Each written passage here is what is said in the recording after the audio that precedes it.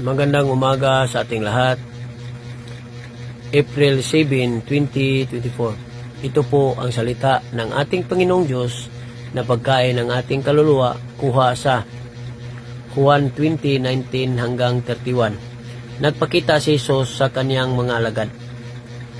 Kinagabihan ng araw ding yun, sa unang araw ng Sanlinggo, nagtipon ang mga alagad. Ipinidid nila ang mga pinto dahil sa takot nila sa mga Hudiyo, at dumating si Jesus at tumayo sa kanilang kalagitnaan. Sinabi sa kanila, "Kapayapaan ang suma sa inyo." Pagkasabi niya nito, ipinakita niya sa kanila ang kaniyang mga kamay at kaniyang tagiliran. Kaya nga, nagalak ang mga alagad nang makita nila ang Panginoon. Sinabi nang muli ni Jesus sa kanila, "Kapayapaan ang suma sa inyo. Kung papaano ako isinugo ng Ama, gayon din isinusugo ko kayo."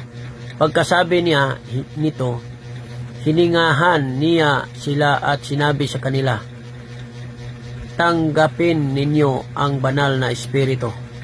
Ang kaninumang mga kasalanan sa inyong pinatatawad ay ipinapatawad yun sa kanila. Ang kaninumang mga kasalanan na hindi ninyo pinatatawad, ang mga ito ay hindi pinatatawad." Nagpakita si Jesus kay Tomas.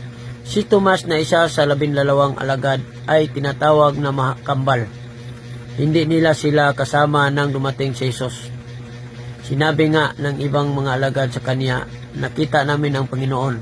Sinabi niya sa kanila, "Malibang makita ko nga tanda ng mga pako sa kaniyang mga kamay, at mailagay ko ang aking mga daliri roon, at maipasok ko ang aking kamay sa kaniyang tagiliran, kailanman ay hindi ako maniniwala."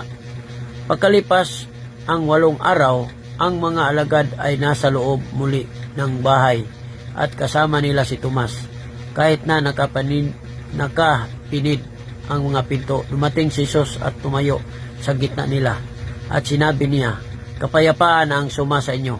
Pagkatapos noon, sinabi niya kay Tomas, "Ilagay mo ang iyong daliri rito at tingnan mo ang aking mga kamay.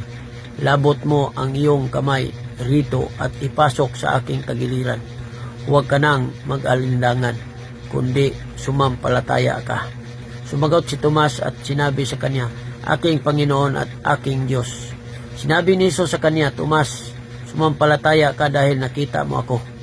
Pinagpala sila na hindi nakakita ngunit sumampalataya."